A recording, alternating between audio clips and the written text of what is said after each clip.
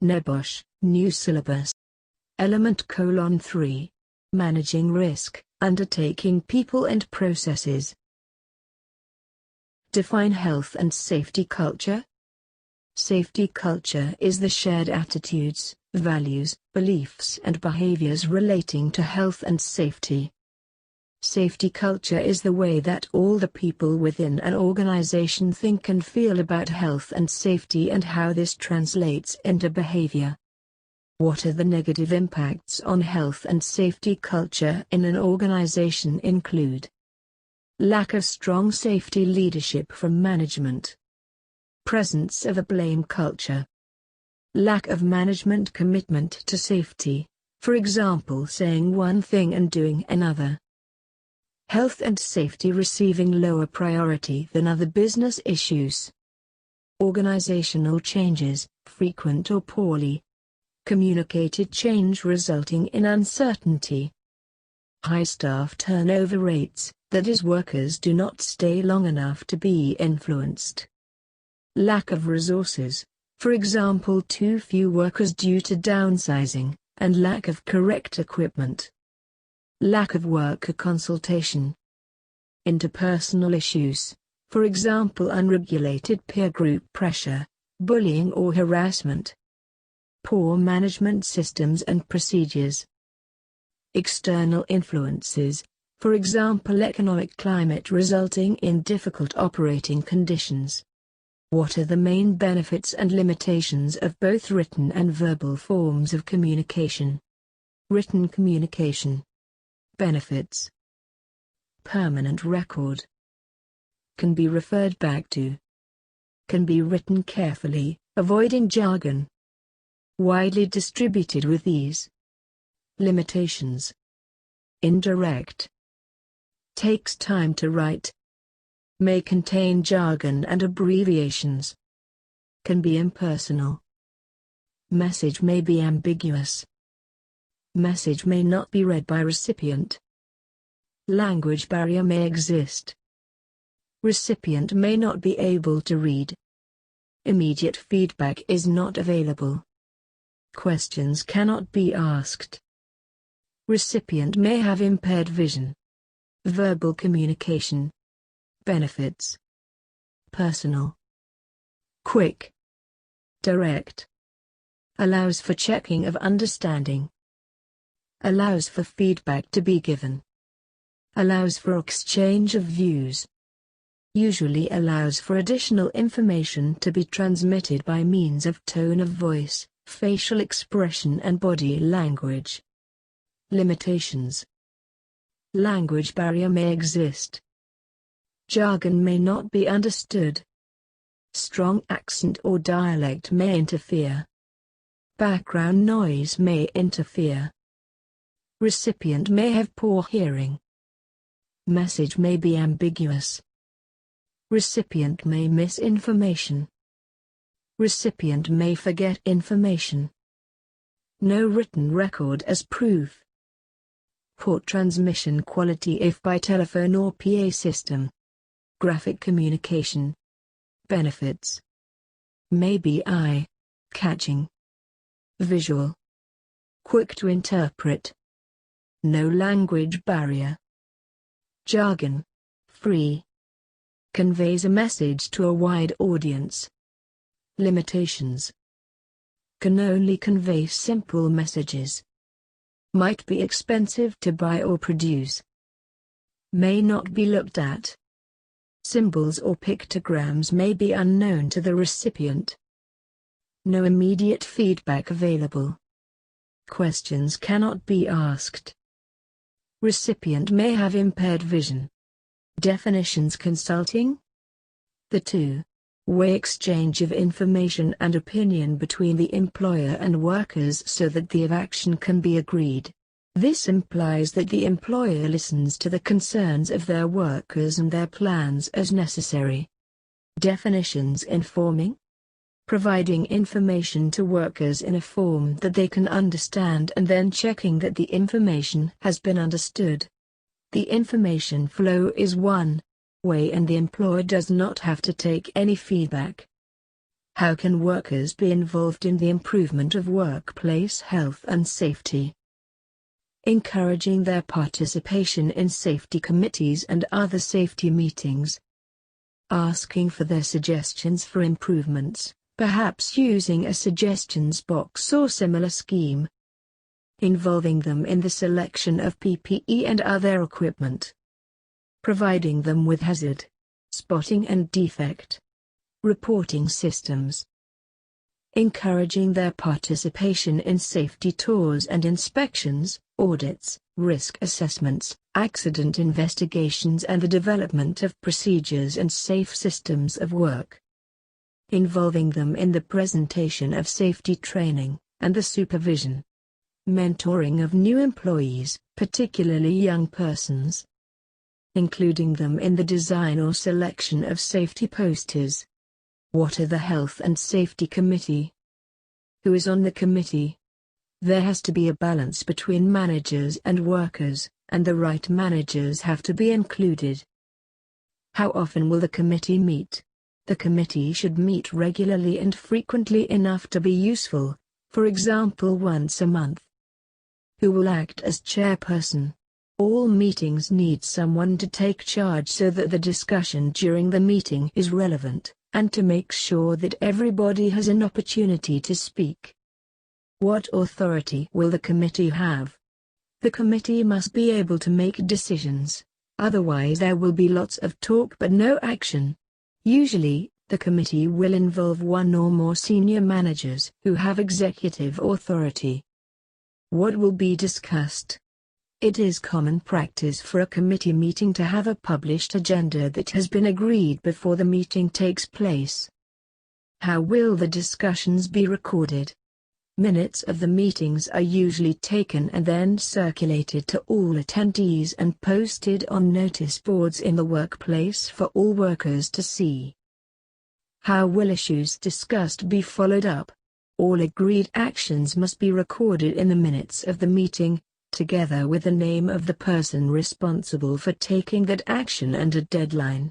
This action plan can then be reviewed at the start of the next meeting to check that the action has been completed. What should be the first priority in induction training? The hazards and risks inherent in their work. The correct rules and precautions to apply. Foreseeable emergencies and the actions to take, should these events occur. Limitations and restrictions that apply to their work. Their personal health and safety responsibilities. The consequences of breaking the rules, including disciplinary procedures. Who to contact with any issues. Apart from at induction, when should training be provided? When people change their job, where new rules and procedures need to be followed. When there are significant changes to work equipment, substances or activities. Refresher training. After an accident, or near miss. When the law or standards change. What are the general induction training courses for new starters? The organization's health and safety policy. Fire and other emergency procedures. Details of specific workplace hazards and controls. First aid facilities and personnel. The location of welfare facilities. Safe movement around the workplace. Accident and incident reporting procedures. Worker consultation arrangements. General safety rules, such as no smoking areas. Personal protective equipment requirements. Introduction to the safe systems of work and permit systems. Introduction to the risk assessment system. Responsibilities of individuals. Disciplinary procedures. Outline 4 key job factors that can impact on safety. Related behavior. The task being done and how well or badly it has been designed. Workload such as number of tasks and deadlines. The environment in which work takes place and how comfortable or uncomfortable this is. The design and functionality of displays and controls that a worker has to use in order to do the job. The suitability of any procedures that the worker has been provided with. Why might workers not correctly perceive risk at work? Workers might not perceive risk at work because of the influence of illness. Personal inexperience. Poor quality education and training, drugs and alcohol. Fatigue. Stress. Interference from PPE that has to be worn. Interference from the workplace environment, such as high noise levels. Ways of improving worker perception of hazards. Carrying out safety awareness campaigns using posters, toolbox talks, etc. Developing training programs to increase awareness of a hazard and its consequences. Highlighting hazards, for example using safety signs to inform employees that hearing protection is required, or to warn of a hazard, such as the presence of forklift trucks or wet floors. Paint and tape can also be used to highlight hazards like low objects or changes in level, for example the edge of steps. Ensuring that there is adequate lighting. Removing distractions such as noise, which could result in a worker not hearing a warning, or excessive heat, which can cause fatigue. What are 5 steps to risk assessment? 1. Identify the hazards. 2. Identify the people who might be harmed and how. 3. Evaluate the risk and decide on precautions. 4. Record the significant findings and implement them. 5. Review and update as necessary. Definition: hazard. Something with the potential to cause harm. Physical. Things which cause harm because of their physical characteristics, for example electricity, work at height, radiation, vibration, noise, heat, trip hazards, moving machine parts, vehicles. Chemical. Things which cause harm because of their chemical characteristics, for example lead, mercury, sulfuric acid, silica, cement dust. Biological. Living micro-organisms that cause disease and ill health, for example hepatitis B virus, HBV, Legionella bacteria, responsible for Legionnaire's disease, rabies virus. Ergonomic. Stress and strain put on the body through posture and movement, for example frequent repetitive handling of small boxes leading to inflammation of the tendons in the elbow joint. Psychological. Things that have the potential to cause injury to the mind rather than the body, for example exposure to highly traumatic events that can leave a person unable to adjust to a normal life after the event. A condition sometimes referred to as post-traumatic stress disorder, PTSD. Identify 2 internal and 2 external sources of information about health and safety. Internal data sources include accident records, medical records, absence records, risk assessments, maintenance reports. Joint inspections with safety representatives. Audits, surveys, sampling and tours. Safety committee meeting minutes. External data sources include national legislation, for example regulations. Approved codes of practice and guidance notes published by the HSE and other authorities, such as fire authorities. Standards published by the British Standards Institution, BSI, or European and international authorities such as the International Organization for Standardization, ISO. Manufacturers' information such as operating instructions for plant and machinery, and material safety data sheets from chemical suppliers. Trade associations, such as the Chemical Industries Association, CIA. Safety journals and magazines. International bodies and agencies, such as the European Union, EU, and International Labour Organization, ILO, which set international law. Trade unions for a particular industry or sector, for example fire brigade union. Charities or not. 4. Profit organizations that have an interest in a particular type of workplace or work activity, for example Suzy Lamplugh Trust, and lone working. What are the 5 categories of health hazard? Physical, for example radiation, vibration, noise, extremes of temperature, etc. Chemical, for example lead, mercury, sulfuric acid, silica, cement dust, etc. Biological, for example HPV, Legionella bacteria, responsible for Legionnaire's disease, rabies virus, etc. Ergonomic, for example very repetitive movement, stooping, twisting, manual handling, etc. Psychological, for example stress and trauma. What are the 5 steps involved in risk assessment? 1. Identify the hazards. 2. Decide who might be harmed and how. 3. Evaluate the risks and decide on precautions. 4. Record the findings and implement them. 5. Review the assessment and update. What is the general hierarchy of control? Elimination. Substitution. Engineering controls. Administrative controls. Personal protective equipment. What conditions might trigger a risk assessment review? Changes in legislation. A significant change in work practices and processes. Installation of new machinery and equipment. New information becoming available on the hazards, risks. Recurring accidents or patterns of ill health. Enforcement action.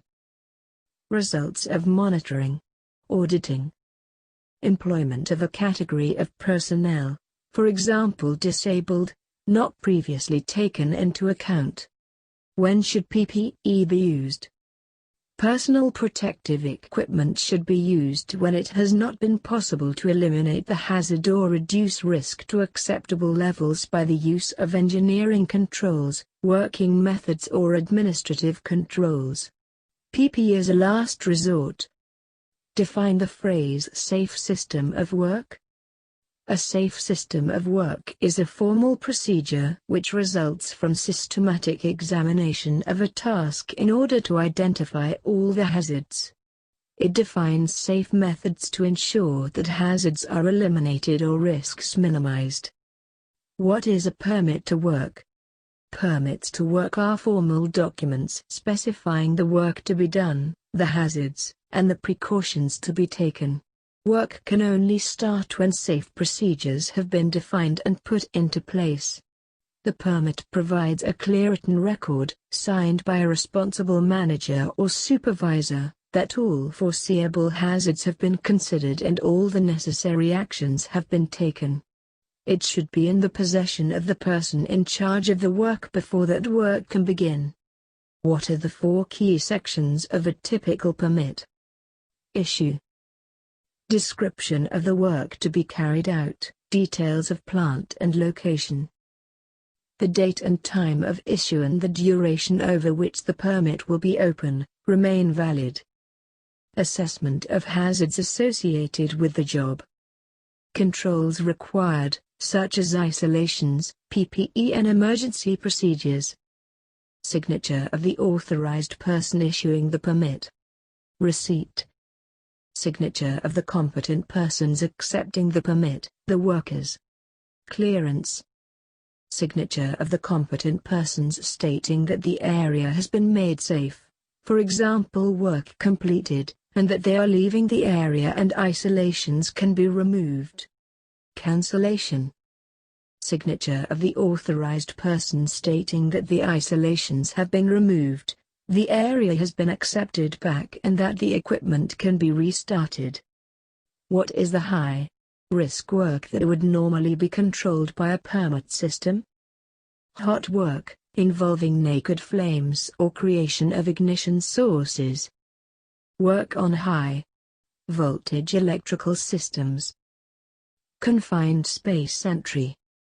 Work on operational pipelines. Excavating near buried services. Maintenance work on large, complex machinery. Work at height.